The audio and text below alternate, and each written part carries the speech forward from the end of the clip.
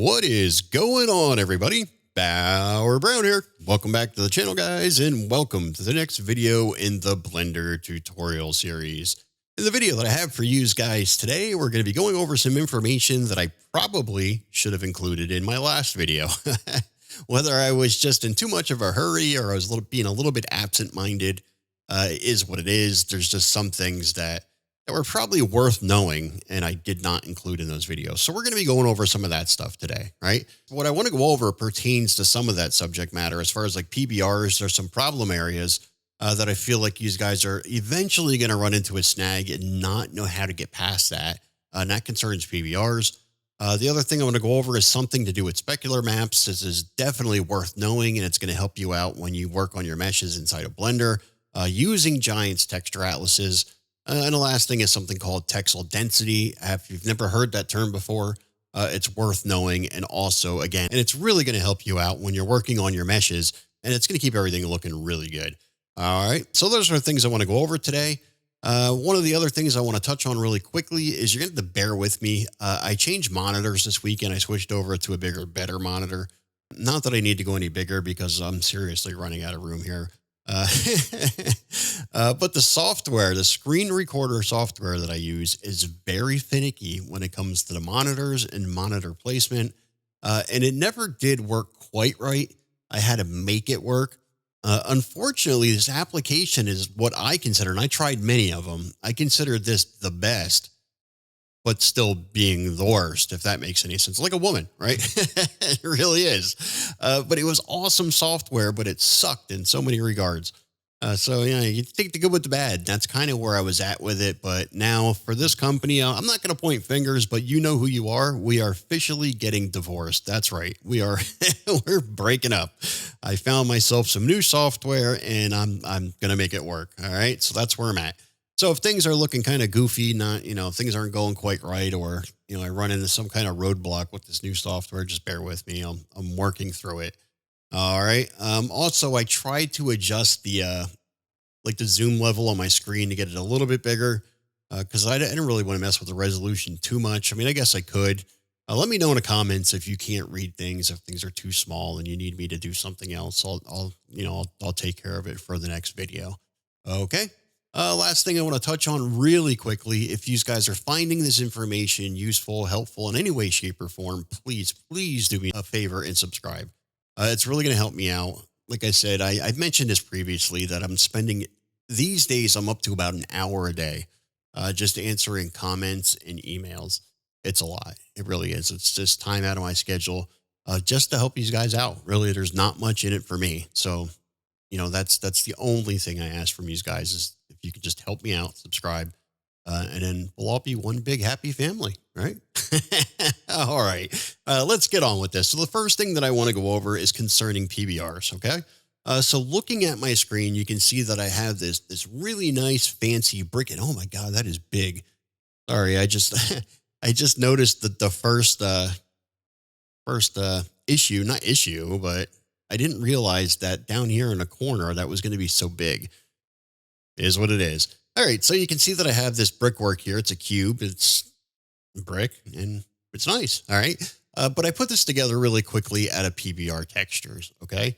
Now the issue that I think you guys are going to run into. Now, some of you guys may have run into this issue already, and work past it, no problem, because you're that good. And other guys, maybe not. And so, like I said, this may be more troublesome for some of you more than others. Is what it is. But let me show you what's going on here and what the heck am I talking about? All right, so the first thing that I'm going to do here is I am going to export this brick, right, through Giant's Editor as an i3D. I'm going to use the Giant's exporter. Let's make sure the cube is highlighted. Let's see, where do I have this going at, first of all? All right, I think I called it untitled. So we're going to set that, and we're going to export it. Okay, let's get over to Giant's Editor. All right. Let's have a look. Oh, my color might be off a little bit. I think these icons over here look purple to me. Didn't they used to be blue? Or is it me? Okay, so here's my brick. All right, so it looks pretty good. No problems. Everything is A-okay. All right, but the issue, it's not an issue yet, but looking at this brick, the textures that are applied to it are currently PNGs, and I don't want that. We want that to be DDSs. All right. So when we go over and we select the PNG, right? So we tell it, and I'm sure you have seen this before. Okay, we're in the right one, right? So you pick color, and it's going to ask you if you want to convert it. Okay, there we go. So yes, I want to convert it. Okay, we click OK. All right, so then we go down to the next one. We go down to the gloss map. All right, so there's an issue. That doesn't look quite right, right? That looks red for some reason. So let's just pick that. Let's pick the roughness. Open that up. Okay, we'll convert that over. Okay, yeah, red's not a really good look, and you can see it just got a whole lot darker, so it's not really looking so good so far. So let's pick the normal map, see what we get there. Okay, there's the normal. I'm not in the right thing here, am I? Yeah, I am. Okay. Let's pick that. Convert that over. Okay, so that one showed up blank. That didn't even show up. So it couldn't even be bothered to show up. All right, so now moving in and looking at this thing now, it looks like crap. That does not look good. So I'm sure that you've come across this at one point or another. Whether you knew how to fix it or not is another story. Going back and looking at this normal map, you can see not good at all. Right. So the gloss map is boy, that doesn't look right. Right. Before it was red. Now it's whatever the hell that is. Right. So that doesn't look good. So what is going on here? Right. So this is obviously an issue. We know that if we get rid of these two, okay, it looks good, but you can't have an object that has just the diffuse layer and that's it. Right. So we need that gloss map. We need the normal map. But all right. So let me show you what's going on. Let's get back over to this folder here, wherever that was. That was in, oh boy. What did I do with that? Let's go documents, go to 3D, assets, textures, bricks. Okay. So this is where we were. All right. The roughness, let's see here. I don't really want I don't want the roughness normal that I just created because those aren't right. All right. So what I'm going to do is I'm going to pick, first of all, I'm going to pick one of these. Let's pick the normal and I am going to open that inside of Photoshop. You can do this inside of GIMP or paint.net, whatever your weapon of choice, whatever that happens to be. You can use either one of those applications to do what we're going to do here. And it's not a problem. All right. Now the albedo, your diffuse layer is fine. There's not an issue with that. The issue is right now is with this normal map and your specular map. All right. Or the roughness. Right. So if I go up here to image, right, and I go to mode and I'm looking at an 8-bit or a 16-bit PNG. All right. That is not good. That's not what we want. We want 8-bit. Everything that Giants does as far as, your normal specular and your roughness, or not roughness, your diffuse normal specular, those are all 8-bit. Everything works off an 8-bit PNG. Your DEM, I believe, is a 16, but everything else is an 8-bit. Now, the industry standard, as far as these normal maps and everything goes, is 16 bits, right? So it's very common to see these textures as a 16-bit. And you'll see this especially with PBRs, right? Because these are more meant for like Substance Painter and stuff like that. So they are in the right format for those programs, all right? But they're in the wrong format for Giants Editor. I guarantee that when these guys were creating these textures, they did not have Farm Sim in mind.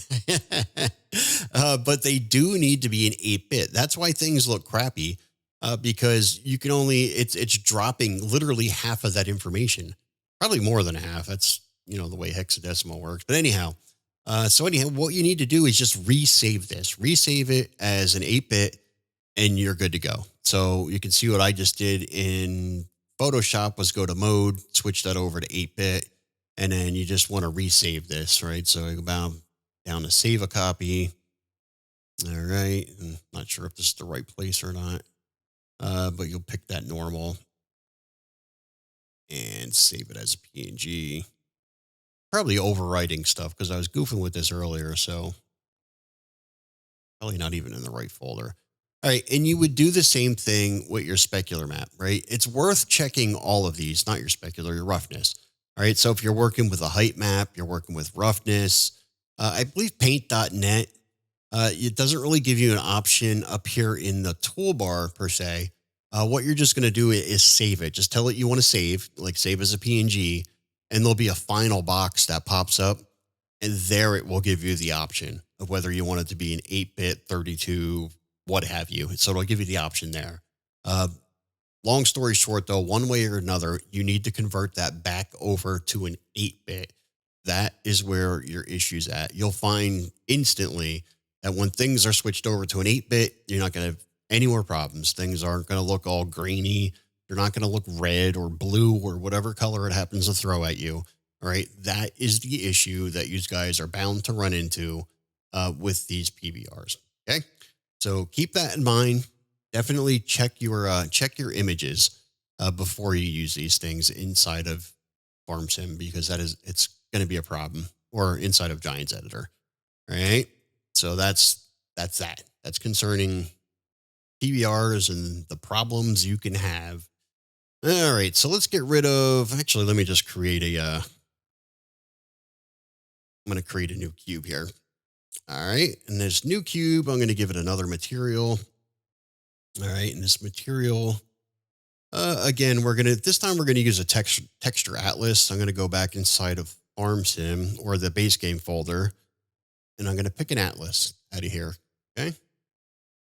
All right. So let's find my FarmSim folder. Let's go into data, maps, map US. Now let's expand this a little bit. Go into textures, and I'm going to pick a residential, one that I kind of know. Let's see here. Let's go to, let's try residential 9. So we'll pick the diffuse, the normal, and the specular, right? Those are the 3 most common ones that we work with concerning FarmSim. So we'll pick those. All right. So it put all 3 in there, right? No problem. So things look pretty good. Let me get back into my UV editing here. All right. Get me into material preview. Okay.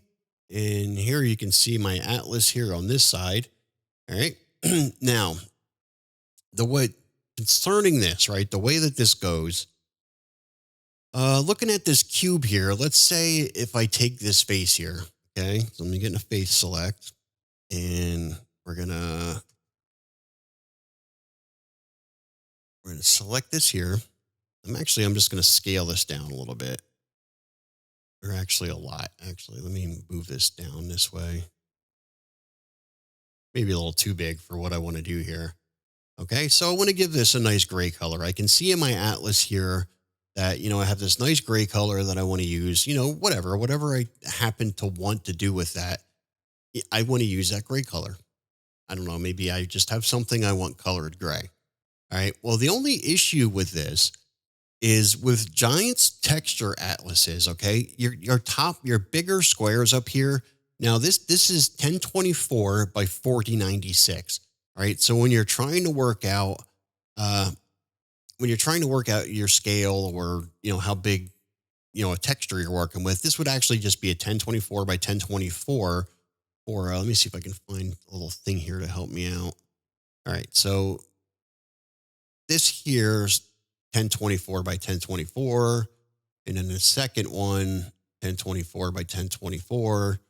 And then on down the list, 1024 by 1024. Now these down here, now they're divided up, but that last box is also 1024 by 1024. And then the whole thing is 1024 by 4096. All right. So does that make sense? So if you're using any kind of tool, all right, that's asking you what size your mesh is or your texture, this is actually a 1024 by 1024. Okay. So anyhow, these top 3, right, normally show up okay, but this is not an accurate representation of what things are going to look like inside of FarmSim and GE. It's not. Things are not going to look this way, right? Things are going to look a little bit different. And why is that? All right, so let's get back over into our shading tab. All right, so I'm going to bring up the nodes. I'm going to look at the nodes here. Okay, let me move some of these out of the way. Get that out of the way, this out of the way. Okay. So the reason is because of this specular map. All right. Now you remember that the specular map is made up of three separate textures, right? It's your smoothness, your ambient occlusion, and your metalness. All right. Well, this is plugged into the specular. Well, this is not a typical specular map, right? So it's throwing this off, right? It does not look quite right. So what I'm going to do is I'm going to unplug that. Now, under normal circumstances, I don't generally worry about this, right? Because your textures, for the most part, look the way are close enough that you get an idea that you can texture your model and you're okay, but not always, right? And that is the case. That's what I want to show you here. That little gray area is not actually gray. Most of the time, when you look at the bottom of those textures, and I'll show you again in a minute what I mean, a lot of those are like metal or some other material. All right. And you're not seeing that, and you won't see it until you get into like Giants Editor or in the game, and you're like, what the hell? And things are not gray anymore. It's metallic, and you didn't want that. And ay, ay, ay. All right. So I'm going to show you, we're going to deconstruct this specular. All right. Because we know that this is three different images right here. So we want to deconstruct that and get that back to its three different images. All right. So we're going to add a node here, and I'm going to look for a converter, right? So if you type in separate color, all right, that's what I'm going to put in here. Now you can shift A and go to search, or you can go to maybe color. No, I'm not sure. Input. It's in one of these. I just searched for it. All right, here it is. It's under converter. But anyhow, just search, go to separate color. All right, so you want to take this color tab right here on your specular and drag it down there to color. All right, so the first one for the red, we know that's our smoothness. All right, so we'll drag that up there to roughness. The last one we know is metallic. So we're going to grow that up to metallic. Now we have ambient occlusion, but there is no ambient occlusion on this principled BSDF. All right, so we're going to need something else here. All right, so we're going to search again. So let's search, and this time we're going to search for ambient occlusion. All right, and you'll have something that looks kind of like that. Let's grab that. We'll stick that up there. We're going to search again. Now, this one's not entirely necessary, but look for something that says color ramp. Okay, so grab that color ramp. We're going to have that there. Now, like I said, you can do without the color ramp, so you don't absolutely need this one. I'll show you in a minute what it does. And we're going to search for one more thing, and that's called a mix shader. Okay. All right. So now we're going to unplug the output from, see this material output? We're going to unplug that. Okay. So instead of this BSDF going to our material output, we're going to come up to the very bottom node here of this mix shader.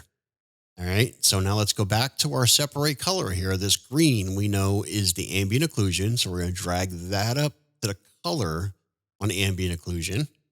All right. And then the output from ambient occlusion, we're going to drag down here to that factorial, that FAC on the color ramp. And then the output color on the color ramp is going to go to the factorial on the mix shader. And then the output from the mix shader is going to go down here to your material output. I know it seems like a lot and it's confusing, but once you do this a couple times, it's not that bad, right? So if you need to go back and watch this video once or twice, it's not bad. So you just need separate color because you want to separate these, plug them into where they go, right? Ambient occlusion, because you know that's what goes in the middle here. This color ramp, like I said, not necessary, but I'll show you what it does. And the mix shader is so we can mix this ambient occlusion with the principled BSDF, right? And the reason is this ambient occlusion isn't the same type of texture like the rest of these are. It's more of the way light interacts with your model, like casting shadows, that sort of thing. All right, so that kind of works a little bit differently. All right, so let's get back out of here.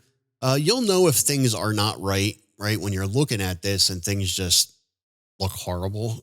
You'll know that you didn't get it right? Things just look black or pure white. All right, so this mix shader here, all right, what I was showing you here, what this does is you can see when you drag this back and forth, see how that you can adjust the amount of shadow or the strength effect that that ambient occlusion is having, right? So you can make it more, make it less. Now, this doesn't make a real big deal. It doesn't make a big difference inside a blender. It's just a visual aid for you. All right. And where I think this makes the biggest difference is when you look here. Now I kind of got this all goofed up. Let me redo this here. Go back over to UV and we're going to redo that one there. All right. So let's see if we can get in a little bit closer to that. All right. So looking at this right here, you can see that this is no longer the gray material that you thought it was. All right. This is actually more of a metallic than it is anything. Maybe a better example of this would be, let me see if I go, let me open up. I'm going to open up something new. Let's not save that. I'll show you on my newest, not my newest, but a model that it's a prefab. It's a deco object that I'm currently working on. Let's see here. We'll go up into house 5. Okay. So let's go inside here. All right. So these window frames here, right? Now here's that texture. Oh, it's house 6. That's why it didn't show up the way I wanted it to, because I'm not in the right one. All right. That's typical for me. All right. So house 6. Okay. So see here, it's just this gray material, right? So it just look gray.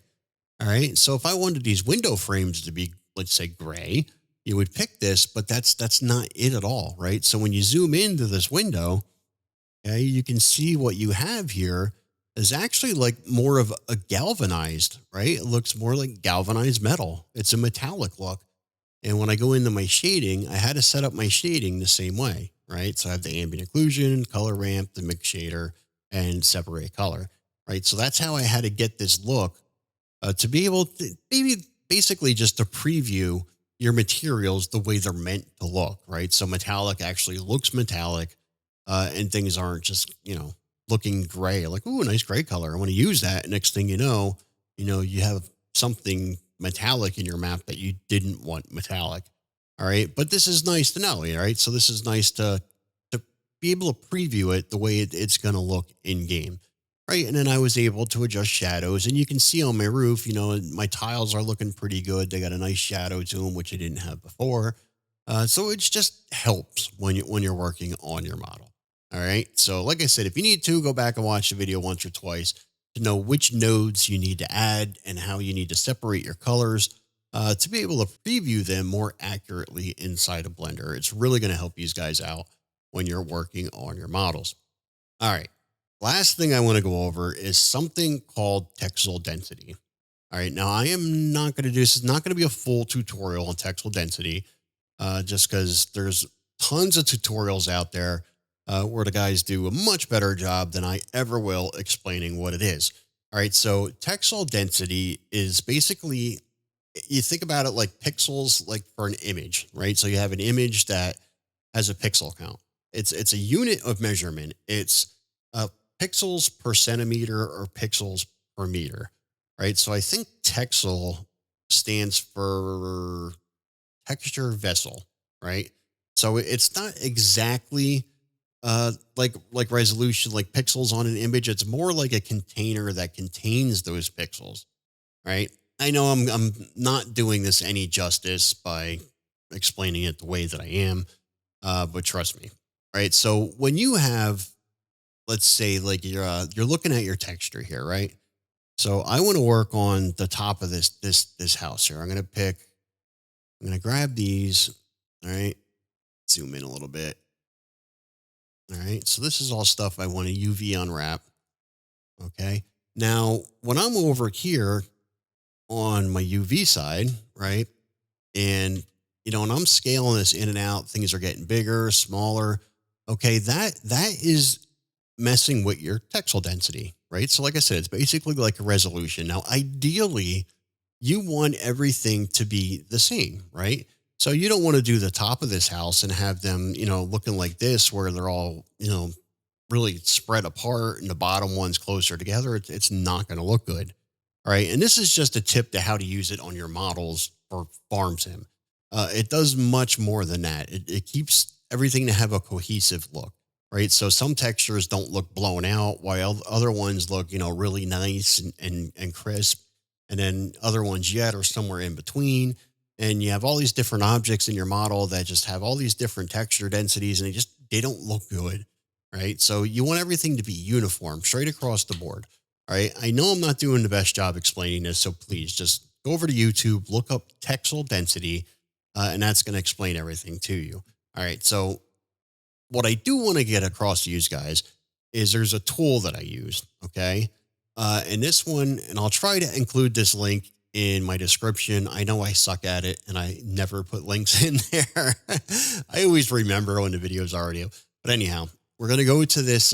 This is on Gumroad, right? So if you go to Mr. VEN, RMRVEN.gumroad.com /I/CEIOR. I know it's a mouthful, but like I said, I'll try to put the link in there in the description, or you can Google Texel Density Checker. And the one that you're looking for is by this guy here. Where's his name? Right here. Ivan Vostrikov, right? So that's the guy you're looking for. Download this. It's a free add-on. I do recommend definitely. It's name a fair price. Help the guy out, right? This is an amazing tool. It really, really helps. Right. And I'm sure he's put a lot of time and effort into this, like I do with my maps, so give him $1, give him $2, $5, 10, whatever you think it's worth, right? Not zero. I think it's a shame when people do that. Like my map, for example, like when my maps come out, it gives you the option to donate just even $1, right? If you found like the map was fun, you loved it, you spent a lot of time on it, hey, it's worth $1 at least, right? You'd pay $1 for it after you got a chance to play it. If I had even $1 for every person that downloaded the map, I would have done amazing, but not even close. Not even close. It just puts it into perspective, like how many people take it for granted that it's free. Really good. Free's for me. I don't know. It's just one of those things, I guess, that for me, it's just not a pet peeve, but I don't know. If I find something useful and I get, and I get a lot of use out of it, I definitely donate, right? Why not? It has value. If something has value to me, why not? Now, don't get me wrong. If I would have downloaded it and it sucked, then I give them 0. But if it's a great tool, then hey. So anyhow, you get the point. I'm not going to bitch about that. But this is what the Texel Density Checker. Now, the way that I use this, this just helps me out. It does much more than this. Like I said, you have to go onto YouTube and you have to, or maybe just Google Texel Density and brush up on it, right? Because I'm doing a sucky job at explaining what it is.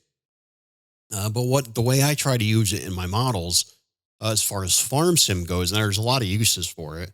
But I'll take, like, say, for example, I'll measure out the top of this roof here, right? Or this side of the wall. It doesn't matter if I do the bottom half or the upper half. I just happen to grab the upper half. I stretched it out or scaled it out until, I got something that looked good. Okay, so that looks pretty good. I want to go with that, right? So I want the rest of my walls to be basically the same. Now, the way you've done this before is you would just go through and you would select all your faces and you'd scale them in and out, and you'd look at it by eye. You try to eyeball it. Say, okay, that looks pretty close. And it may be close, but it's not exact. All right, so once you get this area selected, right, for me, what you would do is you would go over to calculate texel density, just calculate TD. Right. Well, first you have to make sure you put your texture size in here, right? So whatever your texture size is, and this happens to be 1024 by 1024. All right. Remember, I said each one of these squares is 1024 by 1024. The whole thing is 1024 by 4096. It does give you an option for a custom texture. You're not doing this. You're not doing 1024 by 4096. Just do 1024 because you're only working within this area right here, this 1024 area. All right, so you would calculate your texel density, and it lets you know what your density is, 1.347. But once you figure that out, you set your value, right? So set your texel density, this calc set value. Now, when you come through to the rest of your walls, right, you want to unwrap them like you normally would. Okay. And then select your walls, get it unwrapped. Once everything is unwrapped and over and on this side, you select all, and then you would set my TD. Okay. And what that does is it sets it at the exact same texel density as this upper area. So as you go around, you know that every one of these is uniform, it's scaled properly, right? That one of these is not bigger than the other, smaller than the other. And this goes for everything. You can keep everything on the same scale, right? When I did these bricks here, I just kept that same texel density, right? And I just transferred it throughout the rest of the map to get my roofs looking nice, right? So to keep these shingles here, right? Everything looks really nice. When I do this big roof here, I do the same thing. I'll set my texel density, all right? And then I'll just go through and I'll select the rest of these faces. Now you see with this bigger one, I stretch this out so it encompasses maybe this whole area. Now the littler one, you don't really want to do that, right? So when you're scaling this, all right, so now it looks smaller. Okay, so you don't want to do that. So you'll eyeball it and you'll start shrinking it down and you're like, okay, like maybe in there looks pretty good. All right. It's easier just to select it, go over here, make sure your faces are selected on this side and hit set my TD and you're done. And everything has the exact same texel density, right? Very, very easy, extremely useful tool. Like I said, it's free for all you guys that are the ultimate cheapskate. I'm just picking on you. Definitely donate though. Just help the guy out. It's an amazing tool. So if you find value in it, why not? All right.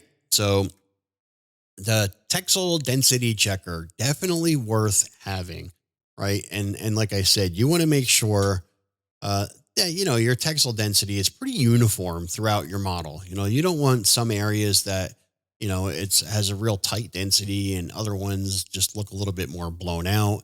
Keep everything uniform. It makes a lot more of a difference when you have multiple objects and especially when you have multiple like UV maps or textures, right? So you may have like a texture in a UV map that's like a 4K, a 4096, but a different object is using a UV map and texture. It's only like a 1024, right? So there it's very easy to have two different looking, they don't look quite right when you get them in game, right? Things, like I said, one looks really nice and detailed and crisp and the other one looks like garbage. It's just blown out and bleh.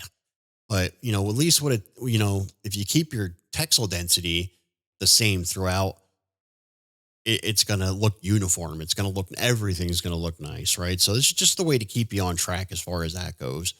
All right. Like I said, I'm not gonna embarrass myself trying to explain it, exactly what texel density is, because there's so many videos and tutorials out there that do a much better job than what I'm gonna do or what I've done. All right. So do keep in mind though, like I said, as far as the bottom of these textures down here, when you get down to that last little bit, like down in here, okay, this is not always just gray or it's not just whatever color you happen to be seeing. It's not generally a color. It's usually something metallic. Maybe it's a plastic. It's some other type of material. Now, the ones up top are pretty straightforward. You got brick, you got siding, you got shingles, easy enough. This section right here that you see, let me see if I can point this out. All right, this section here, that's what they use for garage doors, believe it or not. Or maybe it's this bottom one. It could be the bottom one there. They use that for garage doors pretty often. All right, so in case you're wondering, like, what the hell you use that for, that's the way they do garage doors. All right, so I just wanted to show you, how you could separate your colors, like I said, to get a more accurate representation of what these materials are here, what they're doing. Right. And that looks pretty nice. It's a galvanized material. And the thing with this too is you see how small I have that. Right. So if I was to grab that and drag that out until that encompasses like the whole area, right? When it's here, and it might look all right. Yeah, and it does. It looks metallic. It doesn't look too bad. Right. I guess you can live with that. You can get away with it. But to me, I think, when I set that texel density, no, I think I have my texel density. I screwed it up.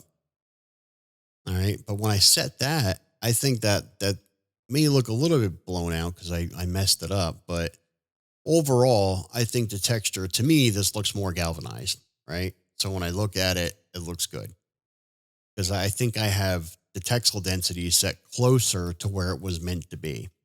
Right. Not zoomed all the way out where, while it still looks good and you're still getting an okay effect out of it, there is an ideal density you know, for what you're working on.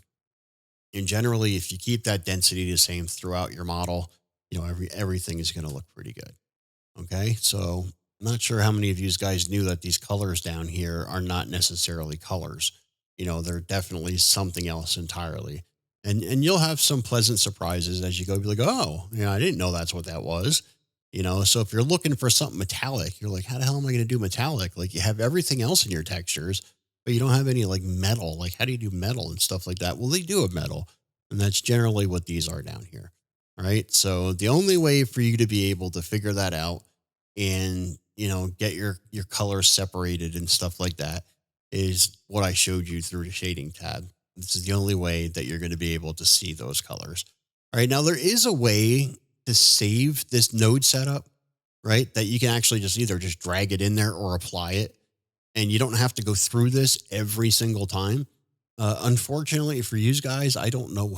I don't know what that method is. I'll have to look it up because there is definitely a method for saving these.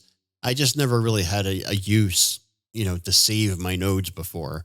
But I know a lot of guys that work with like geometry nodes and stuff like that have these huge, elaborate, complicated setups. And they definitely save them because they reuse them, whether, it's to create some sort of roadway or, maybe they're creating their own textures using nodes. They do save their setups. So there is a way to save this somehow. I'll look it up and maybe we'll go over that in one of these videos. All right. So that is all the information that I wanted to get across to you guys today. So like I said, there was some stuff in there that I thought was definitely useful. It was, helpful to know, most definitely. And hopefully you guys agree and, found some value in that information. So there you go. There's your value. Give me my dollar. I'm just messing. That's it. So like I said, it's stuff that I probably should have included yesterday, and it just never made it into those videos because I'm a bonehead. That's just the way that it goes. Alrighty. So like I said, that's pretty much all I have to say about that. Again, if you guys can do me a favor and just subscribe, please help me out. For the love of God, I'm tired of answering questions all day long. And that was one of the other things that I think I explained previously, that if you do have questions, that's kind of how I gauge which questions get answered first. It's not really a first come, first serve. It kind of is. But if there's a whole lot of questions that need to be answered, I usually pick my subscribers first, right? Because they're subscribers. Fair, right? So anyhow, like, subscribe, all that happy jazz, and we're good. I'll keep making videos and we'll all be happy. Alrighty. So with that being said, I am Bauer Brown, and I will see you on the next one.